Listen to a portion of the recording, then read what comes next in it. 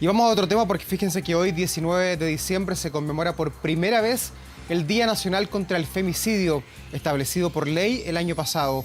Vamos a abordar la importancia de prevenir, de sancionar y sobre todo de erradicar la violencia extrema contra las mujeres y niñas.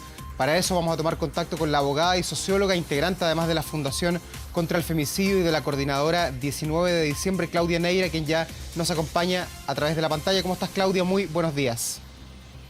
Hola, muy buenos días.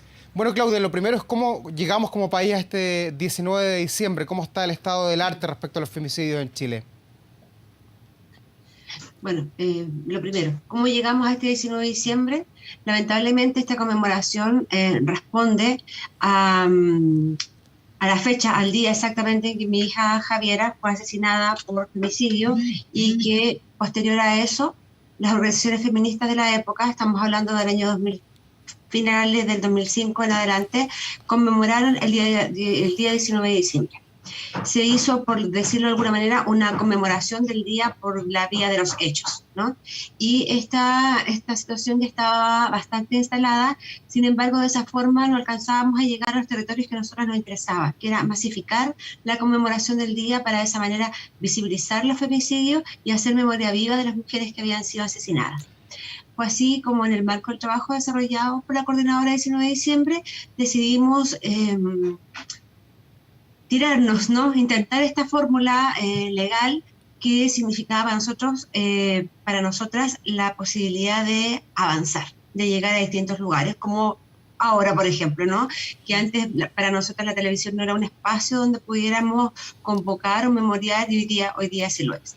Y así fue como nos sumamos, les decía yo, nos trazamos esta aventura legislativa y pudimos obtener esta ley que creo que fue publicada en el Diario Oficial, en la que se establece que el día 19 de diciembre es el día contra el femicidio en nuestro país. Claudia, ¿y por qué a pesar de tantos avances que hemos tenido de la mayor creación de conciencia no se logra erradicar el femicidio? Estaba viendo las estadísticas oficiales, se habla este 2020 de 40 femicidios, por lo menos la contabilidad que lleva el CERNAMEC, y 147 femicidios frustrados.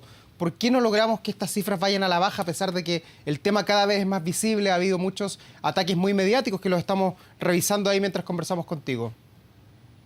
Sí, exacto, porque tales avances no son tales avances de verdad. O sea, el Estado de Chile tiene importantes incumplimientos en materia de tratados internacionales de derechos humanos en favor de las mujeres. Y la propia ley interna, digamos, la ley para una vida libre de violencia, que fue ingresada el año 2016 en el Parlamento, aún no tiene noticia. O sea, en el ámbito jurídico, en el ámbito normativo más bien, estamos bastante desprotegidas las mujeres. Como ejemplo quisiera darte el tema de las medidas cautelares, que es el primer auxilio, ¿no? Por decirlo de alguna manera, que recibe una mujer una vez que realiza la denuncia, y también sabemos que es un antecedente previo a su muerte. Muchas mujeres han sido asesinadas cuando tienen medidas cautelares porque son ineficientes. Decir al respecto que en este momento existen 6 mociones para trabajar las medidas cautelares en el Congreso, una última ingresada recientemente por el gobierno, la que no tiene ninguna urgencia en su tramitación y que en realidad no implica ningún cambio sustantivo en la protección a la vida de las mujeres. Claudia, ¿y cómo evalúan ustedes el comportamiento o la conciencia sobre este tema de las nuevas generaciones de nuestro país, de la gente más joven? ¿Hay un cambio de switch de alguna manera respecto a cómo comportarse, cómo tratar a una mujer y no llegar en ningún caso a un femicidio?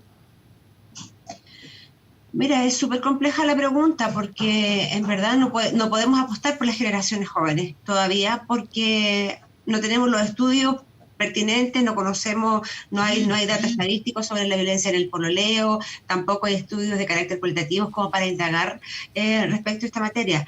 Lo que sí te puedo decir yo con mucho pesimismo, y me permito esta respuesta pesimista en este momento, que si no hay un cambio cultural importante, es súper difícil pedirle a los jóvenes que ellos hagan el cambio, cuando ellos han sido criados en una sociedad patriarcal como esta, que han sido invadidos prácticamente a los mismos valores que las generaciones anteriores. Entonces, que yo quisiera mucho, en verdad, que las nuevas generaciones nos trajeran un cambio sustantivo en la materia, pero también creo que no corresponde pedirles un cambio cultural cuando no le hemos dado las herramientas para realizarlo. ¿Cómo evalúan desde la coordinadora este proyecto de ley que se ha presentado para proteger y darle una reparación integral a las víctimas que son víctimas, por así decirlo, de femicidio o de femicidio frustrado en este caso? me parece que es súper pertinente y adecuado. Creo que era una deuda del Estado. Tenemos mujeres sobrevivientes de femicidio en condiciones de discapacidad, bastante precarizadas, ¿no?, en su vida laboral, donde muchas han tenido que abandonar sus actividades económicas o reducirlas a su mínima expresión, además de tratamientos físicos y psicológicos importantes que se requieren cuando se enfrenta un femicidio. Y en el caso del femicidio consumado, tenemos hijos e hijas que quedan vivas, abuelas que se quedan criando hijos y que tienen que mantenerlos y que apostar a su mantención. Y creemos que realmente es una necesidad para las familiares, para las familias de víctimas de femicidio, una urgencia para muchas, donde ocurre también que muchas mujeres eran las proveedoras de su grupo familiar. Así que yo no he revisado el proyecto de ley, sé que se ingresó el día de ayer por la agrupación de familiares de víctimas de femicidio, pero creo que en general es una muy buena propuesta y que le da la posibilidad al Estado a que repare su inacción en el tema. Sí, tú hacías hincapié, Claudia, respecto a qué pasa con el hijo o la hija de una víctima, de una mamá que muere finalmente en manos de un homicida. Hoy día el Estado lo deja a su suerte a ese niño, queda como al cariño de una tía o de la abuela si es que lo quiere. ¿No hay una protección como real consagrada por ley?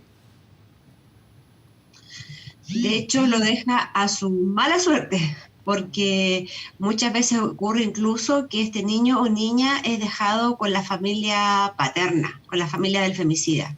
Y ahí la información es un poco más confusa para la cabeza del niño, ¿no? Porque se le entregan argumentos de que tu papá la quería mucho, es que ella no hizo lo correcto, etc. Entonces creemos que eso puede afectar verdaderamente a niños y niñas que permanecen en la familia de los femicidas. Entonces, claro, al final el niño queda en tierra de nadie y queda con la persona que mostró mayor disposición a ejercer las tareas de cuidado con ese niño o niña. Ya. Y hoy día tampoco el Estado tiene una persecución, que es lo que se plantea también entre los argumentos de la ley, contra el victimario, que a lo mejor comete un femicidio o un femicidio frustrado, está detenido un tiempo, pero luego sale libremente al ambiente libre en la sociedad, y lo que busca la ley también es que haya alguna sanción perpetua para esta persona, por lo menos en su pérdida de algunos derechos. Bueno, eso es un poco más complejo a mi juicio, toda vez que el debido proceso es un derecho humano, ¿no? Entonces, es complejo que a nosotras que trabajamos con femicidios se nos hagan esa pregunta, porque si bien nosotros no tenemos un afán punitivista, ¿no?, de decir aquí la cárcel es la solución y que se vayan todos para allá, tampoco nos pueden pedir a nosotras que nos pronunciemos en favor de los derechos humanos de los femicidas, o del derecho a la libertad, claro, o de alguno de sus derechos, ¿no? Claro que cuando uno vive el femicidio quiere la cadena perpetua calificada, evidentemente, porque tiene que ver con que, en mi caso particular, por ejemplo, en que yo fui víctima de femicidio frustrado, que eso fue un dato de la causa, pero mi hija Javiera de 6 años fue asesinada. Entonces, evidentemente que yo quería la cadena perpetua calificada, quería que el femicida saliera del escenario social. Pienso todavía que no merecía participar socialmente de este lugar común que tenemos las personas. Y claramente que él haya sido condenado a cadena perpetua calificada, a mí me permitió, con muchas dificultades, pero me permitió volver a hacer mi vida, ¿no? Continuar con mi vida sin pensar que el femicida va a estar parado en la esquina o esperándome en el lugar de trabajo, etc. Entonces, claro que queremos esas condenas. Ahora no es nuestro petitorio máximo, ¿no? Porque verdad que no somos nosotras quienes deberíamos definir eso. Nosotras deberíamos apostar a una justicia que funciona y que sea lo más justa posible, asegurando, valga la redundancia, la seguridad de las víctimas y sus familias. Claudia, ¿y cómo se observa el comportamiento, sobre todo los femicidios frustrados? Yo no dispongo de las cifras hacia atrás, pero en este año de pandemia, de cuarentenas, donde obligatoriamente han tenido que convivir, o a veces mal convivir, hombres y mujeres en sus casas, ¿ha sido un mal año para las mujeres? Ha sido un muy mal año para las mujeres. O sea, siempre es un mal año para las mujeres. Siempre que hay guerra, hay cesantía, hay algún tema en la economía, se trata de que el marido o la pareja quedó cesante, o se trata de pandemia, todo siempre redunda en violencia en contra nuestra. Y claro, la pandemia siendo un fenómeno bastante excepcional respecto de los demás, y que además involucra el encierro con el agresor, significado evidentemente más violencia en contra contra las mujeres. Y mucha más complejidad en su abordaje, porque no solamente es más violencia, sino que además, ¿qué hacemos con una mujer que está experimentando violencia en una condición de cuarentena, donde además hay un riesgo sanitario? O sea, no es tan fácil decir, vaya allá, vaya acá, abandone el hogar. De verdad que es un fenómeno súper complejo que yo creo que todavía lo estamos transitando. O sea, estamos lejos de decir, mira, esto es lo que hicimos, esto es lo que se hizo, lo estamos transitando. Y además, si consideramos que estamos enfrentando nuevamente un recrudecimiento de la pandemia, probablemente eso vaya aparejado también de un recrudecimiento de la violencia hacia las mujeres. Y viendo este tema como una política pública, ya como un tema de Estado que se ha incrementado, sociabilizándolo a través de los diversos ministerios, creando campañas, creando mayor conciencia, ¿cómo está Chile con respecto a nuestros vecinos? ¿Estamos mejor, peor? ¿Hay mayor conciencia acá o quizás en Argentina, por ejemplo, es mayor? O sea, son distintos niveles de comparación. O sea, Argentina tiene leyes envidiables en materia de derechos humanos de las mujeres y de protección de las mujeres. Sí, claramente hay falencia en el tema institucional, ¿no? En la aplicación de la norma y en el cuidado de las mismas. Y respecto a los índices de la violencia no lo sabría exactamente, pero yo creo que andamos más o menos parecidos. No tenemos la brutalidad de México, que tiene 11 femicidios al día, tampoco tenemos la población de México, pero nuestra respuesta frente a esa pregunta en general es, más allá de las diferencias que tengamos con nuestros vecinos, con nuestros países vecinos, es nosotros estamos como país en un momento preciso para solucionar este tema. O sea, no podemos llegar a las cifras de México para que recién el gobierno tome las medidas implemente, o sea, y haga las leyes que tiene que hacer e implemente las medidas que tiene que tomar. O sea, como ejemplo nomás, nosotros acá en Chile, el Ministerio de la Mujer no tiene un plan para abordar la violencia, un plan que aborde los aspectos de prevención, de promoción y de sanción en temas de violencia, de sanción en cuanto a acompañar a la víctima en el acceso a la justicia, no existe en este país, por lo menos durante este gobierno no se ha implementado. Entonces uno piensa, bueno, ¿qué pasa? ¿Qué están pensando respecto a la violencia? ¿Dónde está la acción del gobierno respecto a la violencia? Este año, durante la pandemia, lanzó la publicidad del programa, no sé cómo se llamará, de la mascarilla 19, donde una mujer que enfrentaba violencia se acercaba a una farmacia, y eso fue una fatalidad. O sea, tuvo cero resultados. Nosotras, muchas de nuestras compañeras, hicimos el experimento, ir a la farmacia y la gente decía, no me ha llegado, no la tengo, no existe, ¿no? Porque estuvo acompañado del trabajo que corresponde de socializar y sensibilizar respecto de las campañas. Las campañas han sido erráticas, han puesto toda la responsabilidad en el cuerpo de la mujer. O sea, el que nosotros no aguantemos, el que nosotras no sé, ¿no? Y el trabajo con los hombres agresores está en cero. O sea, verdad que nosotros pensamos, nos hemos preguntado muchas veces, ¿qué estará pensando la autoridad respecto del cuidado que debe tener con las mujeres? No solamente porque ha firmado cuántos tratados internacionales hay en la materia, sino que porque además estamos siendo titulares de diario, de Crónica Roja permanentemente, estamos dejando hijos e hijas abandonados, y a mi juicio creo que lo peor es que estamos cimentando una cultura en donde matar a una mujer no trae mayores consecuencias, donde matar a una mujer es una noticia y que es cambiada al día siguiente por la noticia de la nueva muerte de una mujer.